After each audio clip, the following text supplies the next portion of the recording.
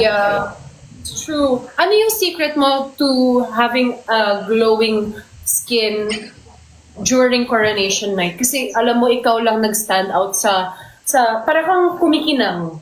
You know what I mean? Hindi ko alam, ano pa yan as in, walang masyadong tulog. Pero hindi naman sila late magpa-event, parang ako lang din. Kasi nga, may meeting pa, may training pa, Q&A session. Yun naman yung nagpapalate ng tulog eh. Pero sa events nila, di ba, ganun din ba sa inyo nun?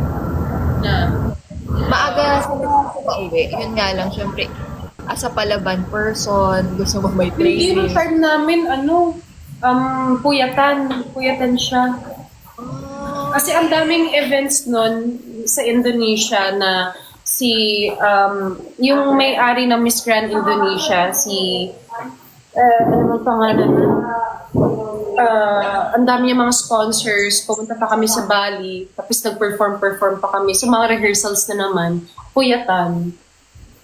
Sa akin, mga first few days lang, dahil nga may mga sponsors kanya, pero nung medyo maaga naman kami pinapauwi. Good, ganun ako, kayo, tulog. Diba? Oo, Pero okay pag na. palaban ka, syempre pakitang gilas